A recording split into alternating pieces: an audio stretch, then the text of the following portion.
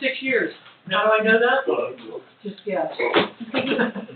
I pledge allegiance to the flag of the United States of America and to the republic for which it stands, one nation, under God, indivisible, with liberty and justice for all.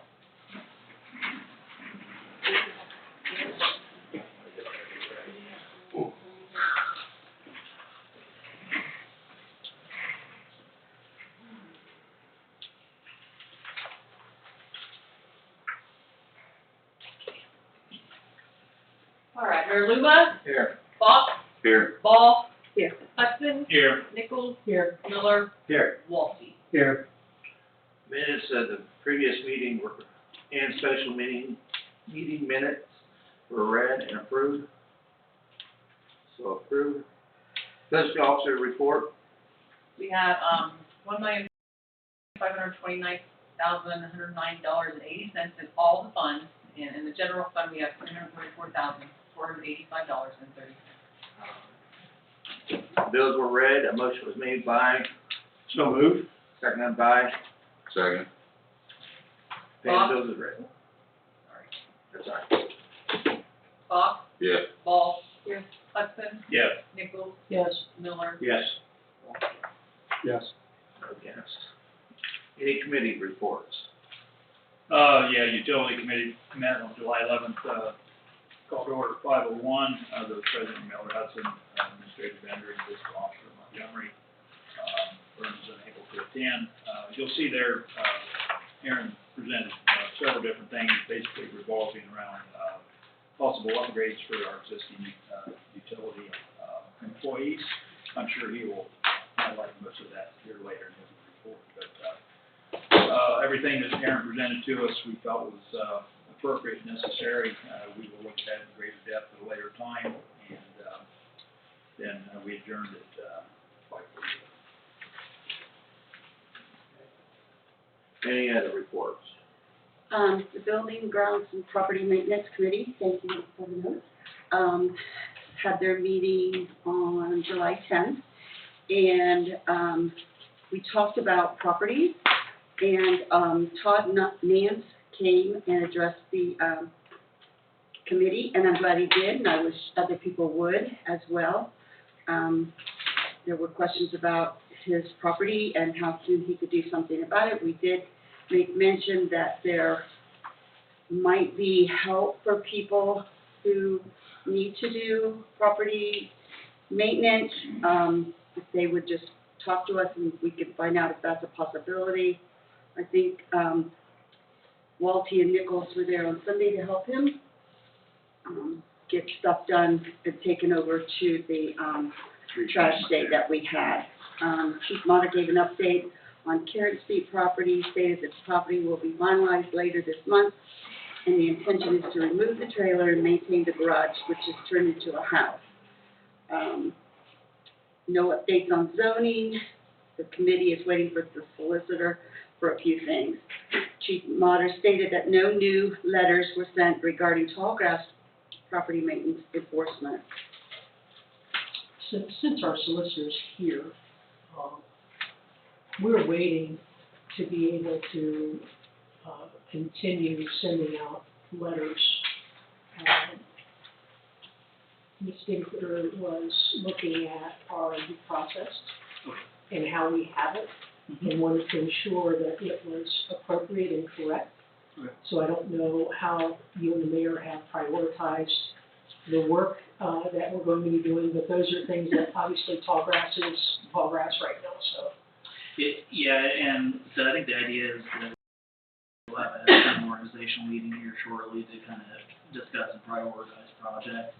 I'm dealing with that kind of the same issue in a couple of different municipalities right now with different types of zoning and things like that. But that's been one of my concerns with them too. Of, hey, if you've got your process, you've got the notices sent out.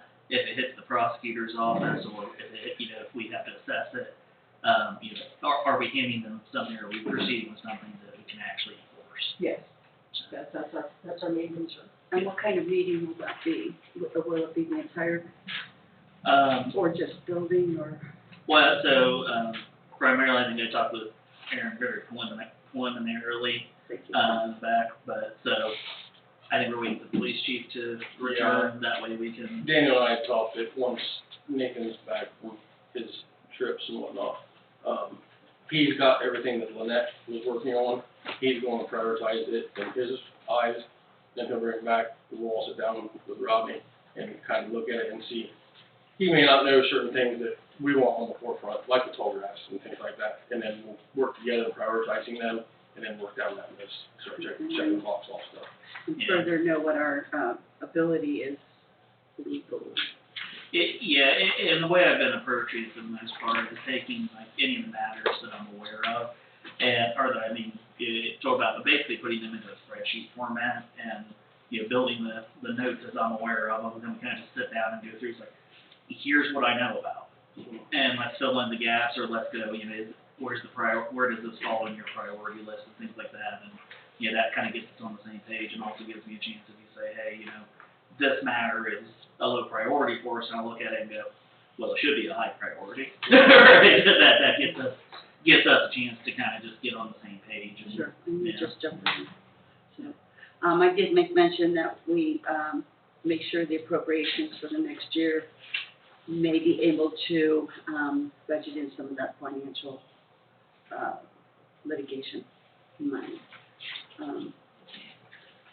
Committee member Nichols asked how other municipalities seize property, and Chief Mater is looking into that, which he's probably going to be talking to you as well when we adjourn the meeting. When you say seize property, Well, right? Well, go ahead, please. I think my biggest issue is if we move forward with the due process and end up investing a larger sum of money, and there's no chance to recuperate that, I know that some municipalities, not that I want to take people's property because I do not, but I know there are other municipalities that actually will seize the property as So there's a couple of different ways to. and we don't have to discuss it now, we can have you do. I'm just talking real general terms. Yeah. It's like, there's a couple different ways of doing that sometimes, like having it determined to be like a blighted property. Mm-hmm. There are some options underneath their domain, but primarily what ends up happening is, in my experience at least, is if you put money into maintenance or mowing the grass. Demolition. Mainly we were talking about demolition of a blighted property.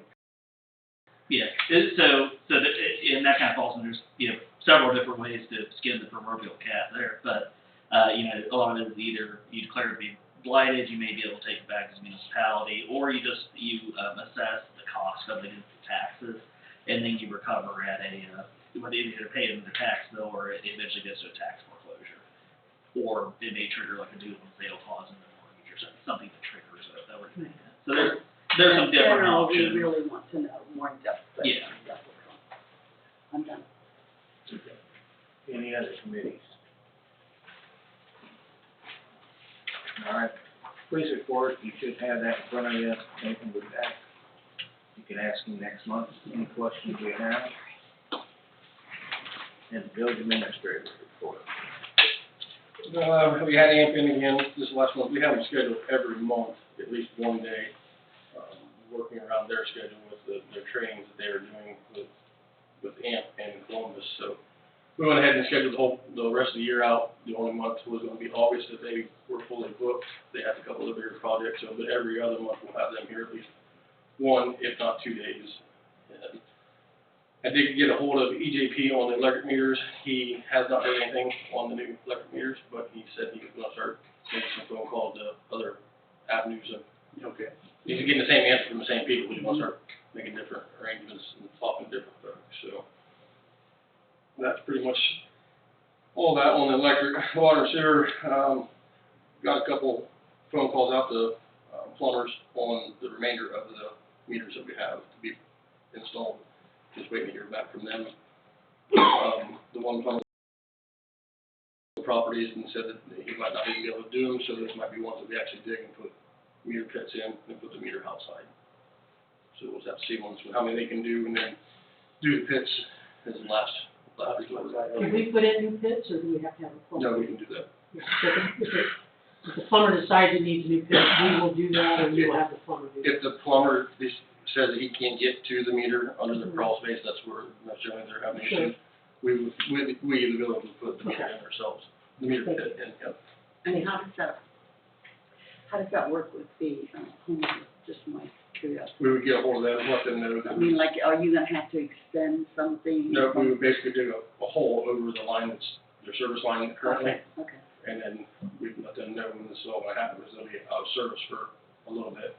We dig down, find the line, clean the line up, turn it off, cut out the piece, put a new piece in with the meter in it, put a tub in on the top of it, and then backfill it.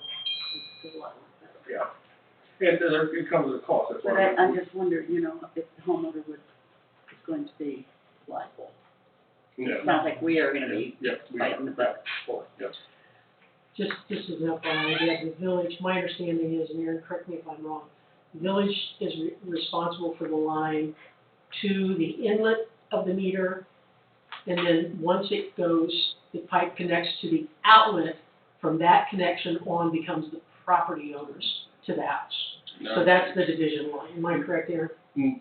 Close. Okay. The curb stop, the valve. Oh, the curb stop, That's what, it's corporation stop, that's where the corporation is broke. okay, So, some of them in town, most of them, the curb stop is before the meter, okay, if they have a tub of the, if they have a meter in the house, it's definitely before that. The responsibility and liability the town has is to that curb curb stop. stop, okay. So if there's a curb stop here and 5 feet later is the meter pit and it's leaking, it's on the homeowner to fix. So if we install a water meter, a new water meter, and it obviously is beyond the curb stop, and it leaks, who's responsible? We would give it, Give it a certain amount of time? 6 months Okay, or so, yeah. okay. Most generally, if it's gonna leak, it's gonna leak Right, pretty quick. yeah, sure. How would you know that it's leaking if it doesn't register on the meter? Well, if it's leaking enough, it'll fill the pit up and you'll have a wet spot in the yard. Mhm. And I can vouch for that. Yeah, if it's leaking on the other side of the meter, on the red side, and somebody has a really high bill and they know they didn't use it, then we would go lift the lid up and make sure that if the pit's dry, that they're definitely using that water. If it's got water in there, then we have to go back and give them an average of what they had been previously using, and then adjust it from there. Okay, right, good, thank you. We'll start purchasing some of the equipment from the grant, from the EPA for water tools. We're gonna get 2 more metal detectors, so each truck has a metal detector on it. We currently have 1. We also are going to get a listening device that it looks like a suction cup with earphones, and you put it on the ground and you can actually hear water rumbling. So it kind of pinpoint leaks a little bit better than just, sometimes if it surfaces here, it doesn't always mean it's leaking here, it could be wherever here. So just a pinpoint, so when you're digging in a road, you're not digging up the whole road, more of it's finding the spot closest to it. One of the other tools that we're going to get is a hydrant wrench. It's basically a DeWalt 90-degree drill, but it's torqued, and it comes with a head that you can put right on the fire hydrants, and you can put it on valves. So when we're exercising valves and or flushing hydrants, we can use that tool. And instead of, you get really tired after spinning the hydrant 27 times, open and then 27 times close. So those are the tools that I put in for that they had approved, so we're gonna start getting those. The way that grant works, we spend the money, Sarah turns the receipts into the EPA, and then they got us a check back. And just out of curiosity, what's the issue down by the pallet company? So there is a suck hole by the manhole. I saw that, and I was like, do we have a water leak there? or- No, it is not. There is a water main inside of that manhole. Mhm. It's about 4 feet, and at about 7 feet, there's a 10-inch storm main. Don't know yet, but there's a pretty big cavity underneath the road that's hollow. So, the fellows read meters today. Out, we'll run a dig. We'll dig down to it tomorrow and see what we got. Hopefully, it's just a piece of tile that's broke. Should all traffic be stopped there, or are we allowing, because I literally was able to drive. We put barricades up Friday on it. I know today, though, I was able to drive around the barricades, I was being nosy, and I didn't know. Should that be completely blocked off? Where the barricades are, the hole is in between the barricades. Okay, so, Yeah. okay, that's just my question, I Yeah, didn't. no. No, when we dig it, we'll probably go ahead and close the road off both sides. That way we have dump trucks in there, we can not have to worry about traffic flow coming in and out. Are we talking this way? No, back by the old elevator, The old power company. 90-degree I turn. didn't know what. I think that's the church, Big 12 building on the corner, just block stoplight. that Church Street, oh, you know what that is? Church Street comes around there, yeah. Do they still make salads there? No. No. We got the pump back, everything at the lagoons, pump wise is back operational. We got the card in for the multi-smart, and we got the new pump in. That's all running as it should. We did take the other pump to another manufacturer to get it looked at, get quotes on to be rebuilt. So waiting to hear back from them on what is wrong. We did find that it was plugged, so hopefully it just got one of the windings and it should be rebuildable, not just trashed and have to buy new. So Now, it pumps that Buckeye now then, you say? yes. Okay. As Tom said, I'm working on getting some stuff in front of Utilities Committee, and that Utilities Committee can bring it to council on further education for employees on the service side. That would include pesticide license, it would also include water license, wastewater license, and further education on the electrical side. I can tell you exactly how the water, sewer, and the pesticide works. There were some questions on the electric side, never been through it. I got quite a few of those questions answered, so in the next coming months, I'll go ahead and get that information in front of the Utilities Committee, and then we can bring it to council and everybody can look at it. It's early, in the early stages, but I think it's opportunity for the town to have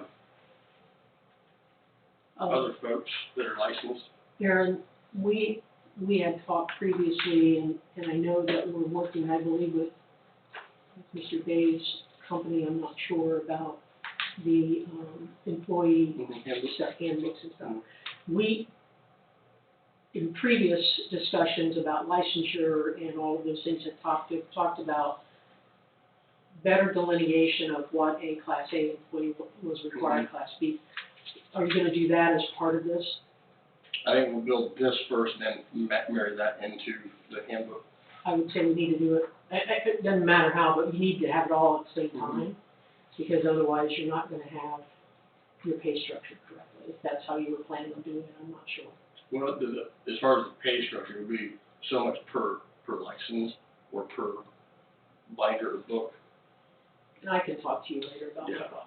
Yeah, because if somebody would get, if they have a license, that may not necessarily move them to a category. They may not have the years of experience to be in that category, if that category calls that out. Yeah, that's something that, Sarah, was Lynette working on that, or was that with, So I thought we paid for that like $14,000. And we'll meet them on Yeah. 31st Yes. next week, Yep. so. Yeah. So what we'll do is, I'll get some language in front of you, Daniel, of what we're kind of thinking, make sure you say it makes sense, and then we can look at the other folks on the handbook portion of it, Okay. and see how to pair everything together. Yeah, that's fine, yeah. I got experience with Clemens and Nelson, and we had, did a handbook for a village here about a year ago, so we just kind of take a look at, what you're looking to do, and then Yep. what the Clemens Nelson suggesting, and just see what, Yep. see how they harmonize. We've got a pretty decent one, there's some stuff that hasn't been looked at in a long time, just needs a little bit updated. Park, where we're seeing with that, last I talked to Nathan, we hadn't got anything from them. We have accounts set up and being ready for that, correct, Sarah? The Ohio ID number and everything, we've got all that already, so that's easy enough. It's just, we're waiting to see when we'll get the funds and then what language comes with the funds of how it can be used and things like that. We don't definitely want to start something before we know that we're doing it correctly, because I don't think, that type of money, we don't want to have to pay it back because we didn't do something right, so. So everything that Nathan presented to us, that are their hopes and dreams, is that what it's it's not that you're worried about it not being, I don't know. I don't know how far out of scope we can go, or if it has to be A, B, C, D. Which he presented. Correct, yes. Okay. Yeah, I don't know how far we can, If for that week he presented it, they still haven't voted on it yet. And I'm sure the vote is passed and everything, and they're gonna get it, it just Yeah. takes time. yeah, definitely, we're slated for it, they put out a news, a press release and everything, so it's just a matter of what the fine print says. Gotcha. And that's really all I have, so. Any questions, Karen? Okay, mayor's court report, there was 1,457 was deposited in the general fund for the mayor's court account for the month of June. Any old business?